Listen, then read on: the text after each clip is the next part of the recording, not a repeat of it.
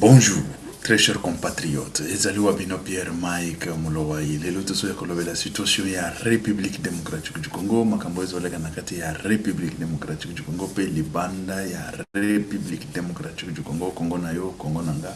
Congo ya bisonya sawa Congolais. Sans tarder tozokende na kolobe la situation ya liboso ezali kadima apelisi moto na Kinshasa. Kinshasa eza kopela moto. Kinshasa eza kopela moto. Ba invalider ba député ba invalider bango na ndenge moko ya nyama to kende totala bomona et tout ça. Il faut que la justice est ça la nango parce que ba député ou bazo invalider bango bazo na ko mimona que bango sans bango Congo kozalate. Ah oui, sans bango Congo kozalate. Il faut bakanga bango, ezana bao bakeye na baseni ko tumba babiloko aseni soki ba policier na bisote moyen te tokotiela bino babilili bokende botana et bango nyonso wana il faut bakangama et voilà tokende pe kolobe la situation Fayulu asali déclaration na kata déclaration ya Fayulu bo tokende boyoka déclaration ya Fayulu azoloba tokotia bino awa tokotia bato ba landa déclaration Fayulu azokende na koloba comme prétexte vraiment Fayulu toyoka ki Fayulu atanga soki na États-Unis soki atanga wapi et tout ça toloba batanga na Congo peut-être bayoka ka bien te ce n'est pas ça le cas ce n'est pas ça Fayulu ye wana atanga soki wapi soki na États-Unis ou soki wapi mais bokende bolanda la réflexion ya Fayulu azokende na koloba na kati ya réflexion na ye que ndenge ba invalider ba député ya IDPS.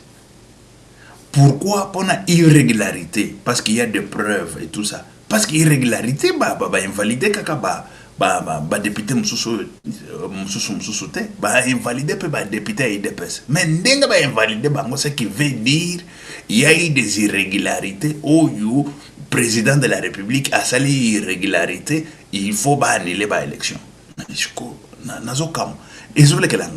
C'est-à-dire boye bien molili ta ezalaka soki lumière ye molili kimaka sikoyo po ba cohabiter ensemble moyen ezate. Et c'est ça que la compréhension des Fayulu ou na thèse oyo amemeli yango parce que il faut tokende tolobelango thèse na antithèse oyo amemeli yango ce n'est pas ça. Parce que la thèse et l'antithèse, balobi mutusoki a yibi, il y a des preuves. Parce que bazo invalider, bazo invalider bango sans preuve. Bazo invalider bango avec des preuves. Quand il y a des preuves qui existent ou des preuves existantes, écoutez, ici vous êtes devant spécialiste. Bon, quand je dis spécialiste, ce n'est pas moi qui l'a dit ou qui l'a dit, mais c'est les recteurs de l'université a commis et que tu es spécialiste en criminologie à Tchépé Linzak. Recteur, Yapoto. Recteur, Wokende Omoni Pambala te, Yaka Ochanga spécialiste en criminologie. Mais non. Ou expert en criminologie, mais non. Mais moi, je fais des cours comme expert, spécialiste en criminologie. Babandi. Parce qu'il faut que nani contexte oyo Fayulu azomemela eloko. Parce que Félix Abanda kolobakango depuis dès le premier mandat nae. Alobi que tant qu'il y a un président de la République, il n'y aura pas de députés, oyo bakonome bango. C'est-à-dire il y a eu des pratiques depuis des années. Ba pratique wana izalaka ba député ba kendaka bazo pesa batutu ba mwa mbongo. Ce sont des pratiques au bisonyo soto yebi bazo pesa bango misolo bazo pesa bango ba mwa maputa bazo pesa bango ba tricot bazo pesa, mais ce n'est pas ça qui fait voilà. Oh wana il faut se conscientiser peuple pour akende ko voter utile. Et c'est pour ça on était là matin midi soir pour conscientiser matin midi soir. La gratuité de l'enseignement. Yango ezo salaka mututa azo tanga azo kola azo yeba ko comprendre makambo. Ezata ke ba pesi tricot akeko voter et na ke ko voter parce que pour na nino ke ko voter na ba pesi nga tricot ba pesi yo tricot polo ouais ba mo côté mususu ba menga ba polo ou tricot voter numéro fulani na ke ko voter parce que nazo bomba moi mzoto to lobela kango ba ko bomba moi mutakala non mais ce que to pour nous le bien ko bomba nzoto il faut na bomba nzoto na tricot de yango zo kende ko votele mutu wana azokende ako changer nini ako bundela yo azo bundela famille na ye et lelo yo comme conséquence toujours mona 500 places il y a ba député il y a au moins 49 000 ou 50 000 déjà tout bazo bundela 500 places 49 000 ou 50 000 personnes. Vous vous imaginez c'est quoi? Bazo kendekuna ezali parce que balingi musalate, mais c'est parce que balingi nini, balingi mosolo. Babishika ba député wana. Moi personnellement, je pense contrairement avec Félix Antoine Tshisekedi Tshilombo parce que hier à lobby parce que écoutez, c'est ça même la démocratie. La démocratie c'est quoi? Le penser. Mutu wako ya apesi penser nae, mais bozaka nae na ligne moko ya combat. Mais il y a peu de penser na yeboye yo monique yango ezabo parce que yo moneli côté mususu et c'est ça même la démocratie parce que Félix Alobi batouana il faut pas zakana sur le belé c'est vrai que parce que bakenda kapé ko edaka batu et tout ça comme ça là bazonga ka kokenda kuzoa ka ba renseignement et tout ça mais les grands problèmes ils dit que oyo bazali na vocation ya koya ko sale la mboka bazo koma les sociétés. Pourquoi? Parce que il y a des embouteillages ya batouana o bazo ya kuluka misolo embouteillage. Quand embouteillage est belé, yoza sima et tout ça. Comment tu vas passer embouteillage wana pour comment na musala babisika ozoken? C'est parce qu'il y a des bateaux bazo sala embouteillage banana babisika bazoken d'été mais basali kaka embouteillage et après ça va affecter ba oyo nyonso bazali ba vrai oyo balingi bakende basala la musala basala la mboka. Et c'est ça le grand problème au Congo. On ne sait pas maintenant le vrai et le faux. On ne sait pas le vrai et le faux. Parce que tout le monde devient des politiciens. Et on croit qu'en devenant politicien, on devient directement millionnaire, milliardaire et tout ça. C'est pour ça qu'aujourd'hui, toujours que nous avons politique, tous ces gens-là.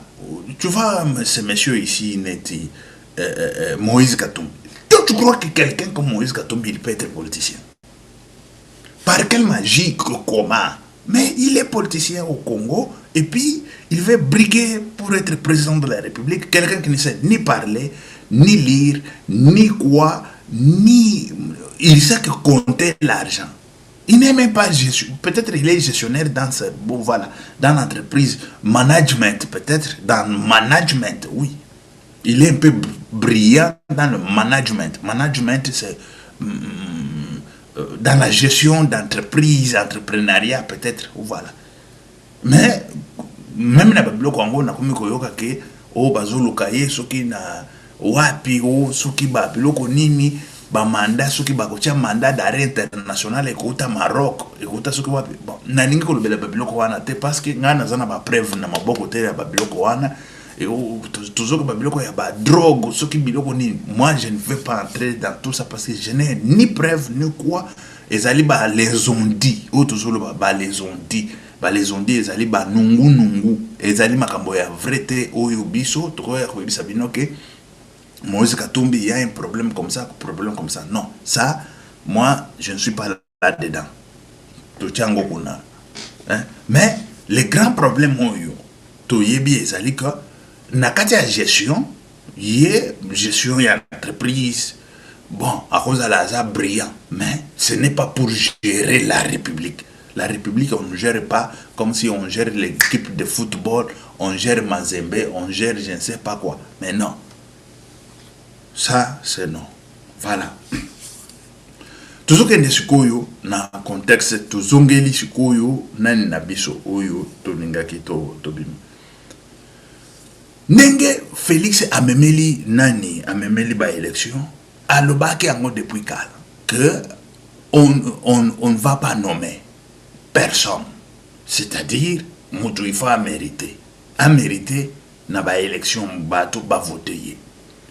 Mais de ce côté, déjà, Tomoni, Fayoulou, Ndenge, Azoya, Sikoyo, Kolobela, Félix, que Ndenge, bataille de pèse, sali, irrégularité, yibi, vote, sali, irrégularité, ce qui veut dire, écoutez, ce qui veut dire, le président de la République peut sali irrégularité. Voilà ma prévenance. Alors, ce qui veut dire, c'est-à-dire que Ndenge, sali, irrégularité, IDPS, Kadima, a beti bango ki bota, a bengani bango na sene, bati bango ki bota libanda. Voilà, déclaration de Miwana que, n'a la bino déclaration, et nazol bilobela terre, n'a la bino déclaration. Oh, Ndenge bango baibi, c'est ça preuve ya Fayoulou. Fayoulou, tolobaki que, c'est pas seulement tolobaki, bango moko na minoko na bango banda koloba, bureau par bureau, na monoko na bango. Mais quand aujourd'hui, par exemple, Chole, Abbé Chole, Azoye Koloba, Seni, il doit publier bureau par bureau dans son site. Mais tant que Bango Bazalaki ba observateur, parce que Abbé Chole, ils ont pris de l'argent pour être observateur. Abbé Chole, l'argent sur le plan international, partout, Abbé Chole, ils ont circulé, sillonné partout ici en Europe. Nous sommes, je ne sais pas, observateurs fiables et tout ça. Mais quels sont des observateurs fiables qui ne savent même pas cartographie de la CENI, ils ne savent même pas le bureau par bureau. Le bureau se trouve dans... Bon, nous avons combien de circonscriptions? Parce que moi, à Kinshasa, je sais si c'est 7 ou 6, une histoire comme ça. Mais, Bango Bazaba observateur. Mais un observateur, à Zoyeba, bureau boni tozanango ou circonscription boni tozanango et puis na bureau boni tozanango. Si ko bazo observer wapi pe nini. Moi je me pose la question, bozo mona ba aventure na mboka wana, ba aventure bato bafandika boy balamuki na tongo aventure tokozo misolo wapi. Ah tokomi ba observateur ya seni. Lukuta baki bazuzui mbongo à gauche à droite et show les zongisa mbongo ya ki observateur ozo soki wapi. Mais Eza Moïbi, c'est du vol. Tant que, écoutez, si moi je suis observateur, écoutez, je dois savoir où je veux observer, non? Et dans quel bureau je veux observer. Nous avons combien de circonscriptions? Que ce soit à Kinshasa, Bandaka, Équateur et partout, nous avons combien de circonscriptions? Et dans chaque circonscription, nous avons combien de bureaux de vote? Et c'est là où tu vas envoyer les gens pour aller observer. Mais tant que tu ne sais pas combien de bureaux que nous avons pour observer, mais tu t'appelles observateur et tu prends l'argent, tu sillonnes en Europe partout ici, tu cherches les fonds pour être observateur, mais tu es voleur. Écoutez-moi, excusez-moi mes mots, peut-être je peux dire autrement, pas autrement dit, il faut le dire correctement tel que ça y est. Quand vous êtes, écoutez, on te dit, tu fais la sécurité de la discothèque. Mais tu dois savoir le piste. Où se trouve le piste? Où se trouve toilette? Où se trouve quelle zone, telle zone, telle zone? Tu connais, tu domines déjà ça, tu sais, ah, c'est où, c'est où? Et voilà, tu commences à faire la sécurité. Mais comment est-ce que tu vas observer tant que tu ne sais même pas combien de circonscriptions que nous avons sur les cartographies de la CENI? Aujourd'hui, c'est toi qui sors devant la télé pour demander à la CENI de publier des bureaux par bureau dans son site. Tant que toi tu étais là, toi qui disais, non écoutez, nous sommes les observateurs, mais venez avec vos preuves. Parce que à la justice, quand on parle à la justice, quand tu parles à la justice, c'est quand à toi de chercher les preuves pour aller à la justice et te justifier. Ici je parle en tant que criminologue. Quand à toi d'aller à la justice avec des preuves, ce n'est pas la justice de venir te donner des preuves. Ce n'est pas à celui que toi tu es acquise de venir te donner des preuves. Tu l'acquises en guise de quoi? Quand tu n'as pas de preuves, mais tu l'acquises et puis... Mais dis, c'est quoi ça comme histoire? Je ne sais pas si vous comprenez un peu l'histoire. Écoutez, quiconque qui accuse d'autres personnes sans preuve, sans quoi, ça s'appelle la calomnie.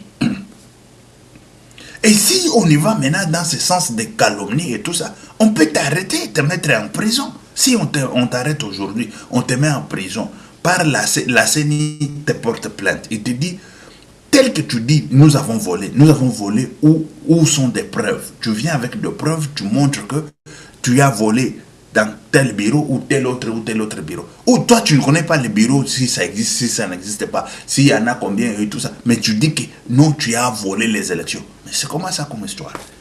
Mais moi, je comprends déjà des aventuriers que nous avons chez nous, même dans l'église catholique, même dans les Cinco, dans la Cinco. Mais c'est quoi ça comme histoire? Mais ça, on fait raisonner. Écoutez, on raisonne. Mais ça, c'est la thèse et l'antithèse qu'on peut faire à l'université où tu dis, la CENI, ce sont des voleurs. Écoutez, comment ils font et tout ça. Tu fais, et puis, si vous avez la jury qui est correcte, on va te donner, je ne sais pas si c'est combien, 10, je ne sais pas. Hein, tu vas faire la mention.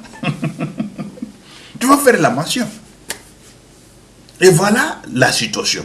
Et si Koyo, Fayulu Azoya, Nanga bango ba ibi, yepe a ibi. Montre. Parce que bango yo, bakanga ki bango. Bazana ba preuve, oyo bazola kisa. Que ba ibi. Toi aussi, tu viens avec des preuves, tu as 0%. Fayulu, il a fait combien? 5%. Il a fait 5% ou 0%, je ne sais même pas. Mais Fayulu, c'est celui qui sort...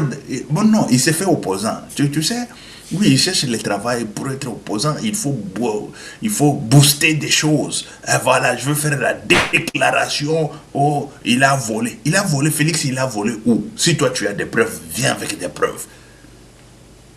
On va invalider, tel qu'on a invalidé d'autres là parce qu'il y a eu des preuves. Oh, ils ont eu des preuves et tout ça. On les a invalidés. Monsieur Fayulu. Suivez Monsieur Fayulu et après on va continuer. C'est grave, hein?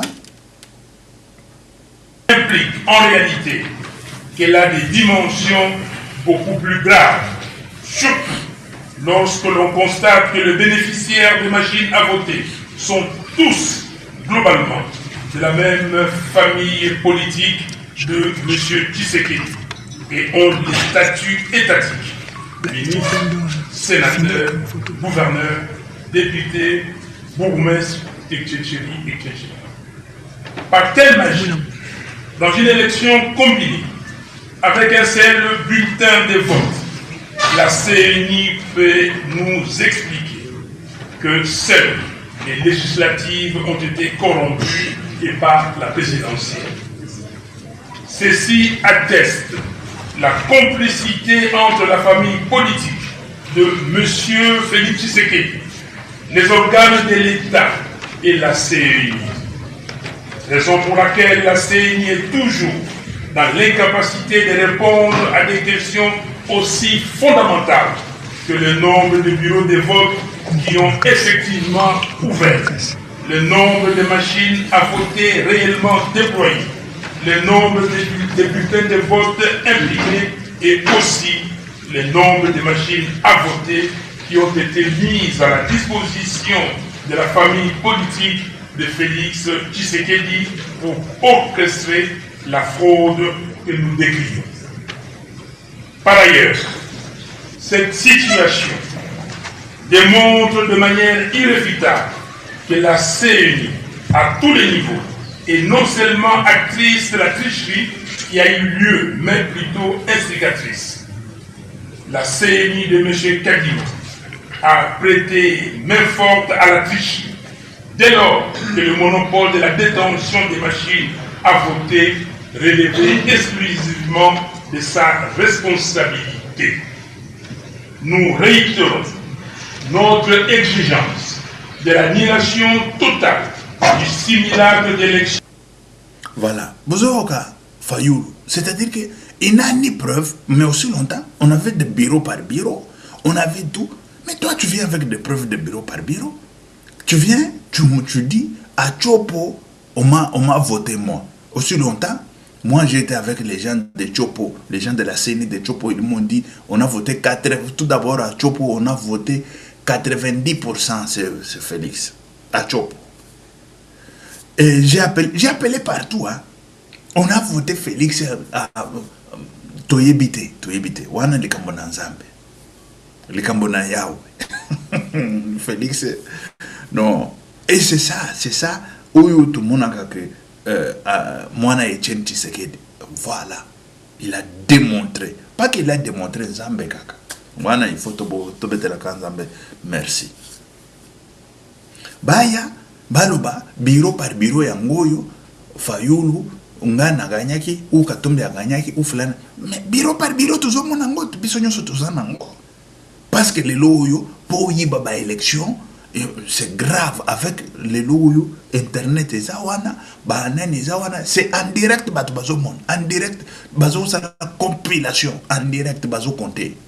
Félix, ceux qui vivent 50 Félix, Katumbi, Moko, Félix, Katumbi, Félix, bazo sur tout le monde, bazo compter. Basilisco compter.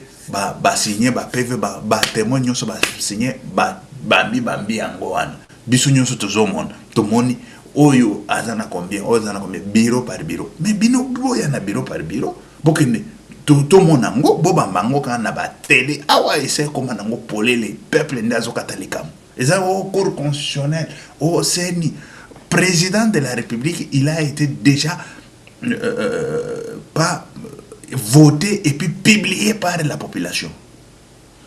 Awa nga tana mona kaka première tendance na lobi Félix Antoine Tshisekedi Tshilombo 80%. Tout monaki on calcule par 1 plus 1. Au tal. Même partout basi ba batali ba moni parce que tout ça s'est passé. Botuna RFI et RFI avec Sonia Relais.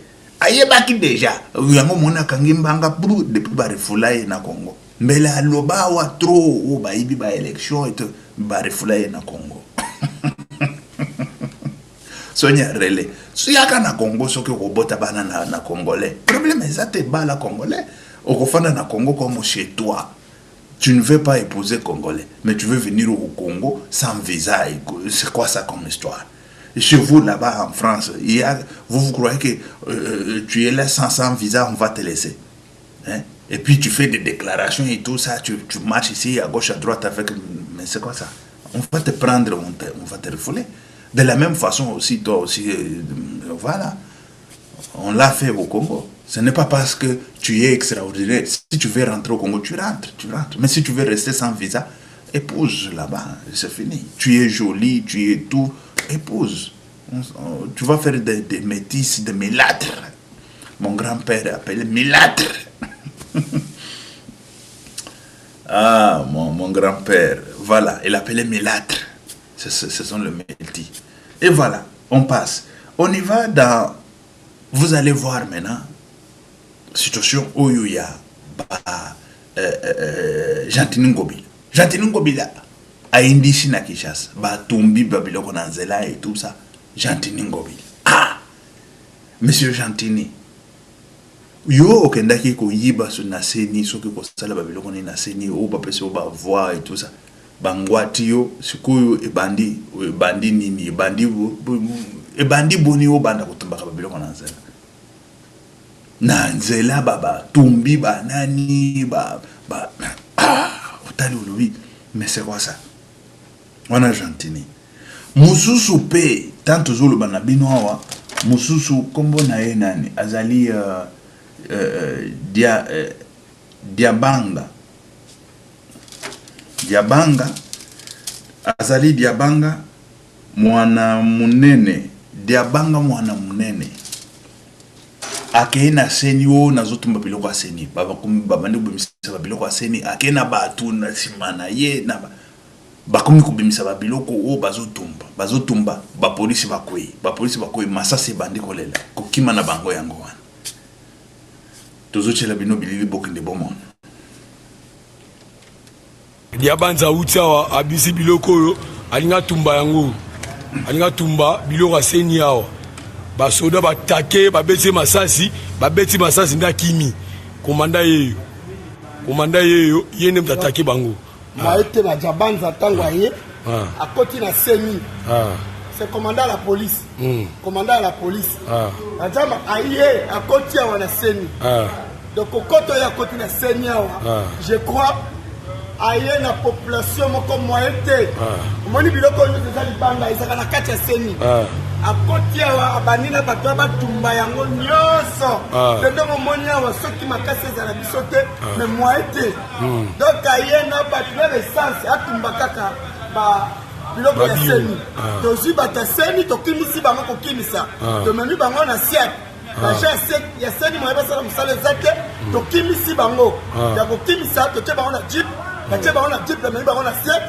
mpo major christian bamemi bango kuna donc moye kutu te ndenge bozomona biloko oyo député makambo ye kosala biso awa donc ya maseki kutu te bomona bino moko na miso nayebi te so biloko ya mboka na biso elobi député akota na kati ya seni asala biloko ya boye toyebi yango te ezalaka te en tout cas jabanza biloko ye kosala yango oyo ngai komanda la police naloba jabanza biloko asali yango oyo ngai komanda la police ngai moko nazalaki na kati ti babandi komenase ngai na ndenge polisi azoki biyanga anti-rebel bengai obomona anti-rebel polisi azoki babandi kobeta même policier bamabanga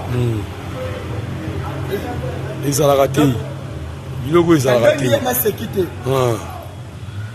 wapie tozane na hôpital tokende na hôpital soda ndenge babeti ye tozane na hôpital babanzi apesi ordre babeta soda tokende na hôpital etoya basoda aza na kati ya hôpital voilà bozomona et ça Félix alobaki nomination kozala te même oyo yaye ya majorité présidentielle ou la majorité Félix il a géré ici 5 ans sans majorité dans l'Assemblée nationale. Il a géré 5 ans sans majorité seul, mais besoin de majorité il y a Boyi Baka et tout ça, mais il a dit que non. Et ça même en Europe ça ne se passe pas. C'est ce que Félix a fait chez nous. Même en Europe ça n'existe pas, ça n'a jamais existé nulle part. Et comme ça s'est fait au Congo, je vous dis que nous sommes dans, je ne sais pas, longueur de il y a démocratie au Félix Azoya Nango. Mais non, il doit être seulement le fils d'Etienne Tshisekedi. Mais oui, il doit être le fils d'Etienne Tshisekedi.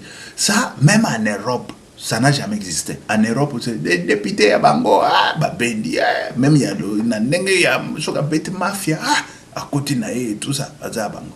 Mais Félix, il vient avec droiture. Avec Chole, ceux qui basent à solo, Babette le Félix Maboko. Ceux qui basent à Nzambe à solo, Batu Nzambe à solo, église na Bango et bandit, déjà qu'on homologué Babyloko à homosexuel, non. Il faut, surtout côté débat, on a Bako Kima Bango tout. Bako Kima, Bako Parata. Église, il y a un pape. Ce qui papa a salaki une déclaration avant Aya Congo. Tout le monde a dit que Koya li sous Congo. Koya li sous Congo. Azan a chance à salaki une déclaration après. Voilà. Bozo mona ba situation ngwana. Sauf que na Argentine, eza ba tumbi moto na banini na nzela et tout ça. Argentine. Bon, la situation yangoana oyo tozanango Edi Kapende. Ba comment ko menacer Edi Kapende? Edi Kapende tu es militaire soldat. Ko banga te muto ko menacer yo azate. O pe ba ko me quand même yo ko tuté. Mais oui, tellement ngui. Ola que ça bango que tu es aux mobile. Tu es militaire. Ezaba ba civil ba fandi kuna sima bazo ko bangi sayo. Ba ko bangi sayo ni. Bazo bangi sayo Edi Kapende na Katanga. Edi Kapende il travaille correctement jour et nuit et voilà, il ne dort pas. Toujours qu'il y a une situation où il tambola qui mingi à gauche à droite. Oh Félix Antoine Tshisekedi Tshilombo alobaki na ba juif soki na Israël wana tozomona ngo na batele soki ya ba français soki ya ba nini wana alobaki ba réfugié bakouta na ngambo bakouta soki juif ba nani Gaza ba tozana bitumba na est wana pona makamba ba réfugié wana banda kala bayaki ba oyo tuzobenga soki ba Banyamulenge baya batika bango nasima Banyamulenge makambo oyo ya opération turquoise eye batiki bango lelo toyoka lisusu kuna ke soki likamboni eloko wana Félix a fenta bango kutu aloba même ni anibe ba ayebi yango même kutu te Félix ayebi yango te Félix aloba yango te Félix aloba même.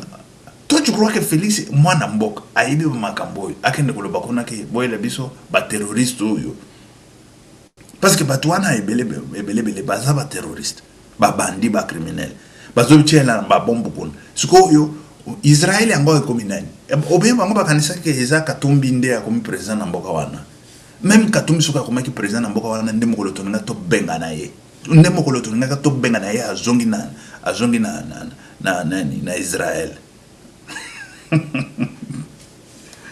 ne mokolo tolinga to benga na ye azongi pe na Israël ba jui bandi wana oyo ba bombo ezoko ya kuna matin midi soir pona ki banditisme na bango ko tshela na ba bombo baya na Congo ke o ba réfugié makambo wana ko sale matin Félix alobaki eloko mokote eza lokuta bolo Félix alobaki bakoya na nani bakoya ba réfugiés ba ebisi bango que nous avons besoin de réfugiés au Congo bango ba ebisi bango que nous avons besoin to fandi botolo ba baza moke na Congo tous a besoin na bato lobi o mona ye bato wana bakomi Katumbi wana komi ko ya président tuna ye mama na ye na Zambien papa na ye na ni juif akomi ko ya président siko bango siko ba ya to banda lisusu bitumba lisusu yake de père ou de mère ou nana kokoma président nana kokoma présidente to boy makambo wana bazo kosa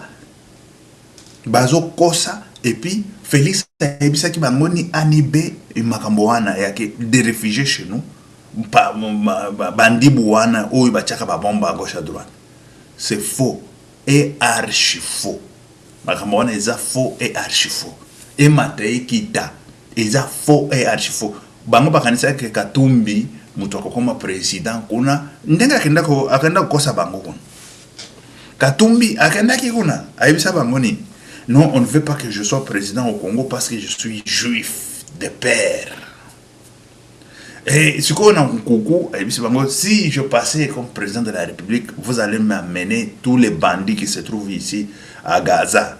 Voilà, vous allez m'amener au Congo. Je vais entasser, je vais les entasser là-bas. Moi, je m'en fous. Vous me donnez de l'argent. C'est ça. Mais quand vous disiez que les candidats des étrangers, et c'est ça, les candidats des étrangers, il dit que non, venez, vous allez m'appuyer. Après moi, tout d'abord, c'est un autre juif qui sera président là-bas ou de Gaza, il sera président au Congo. C'est Katumbi qui disait ça en Israël. Mais vous ne l'avez pas vu en Israël. Et tout ce qui se dit ici dans des médias, dans les réseaux sociaux et tout ça, c'est faux. Je vous dis, faux et archi faux.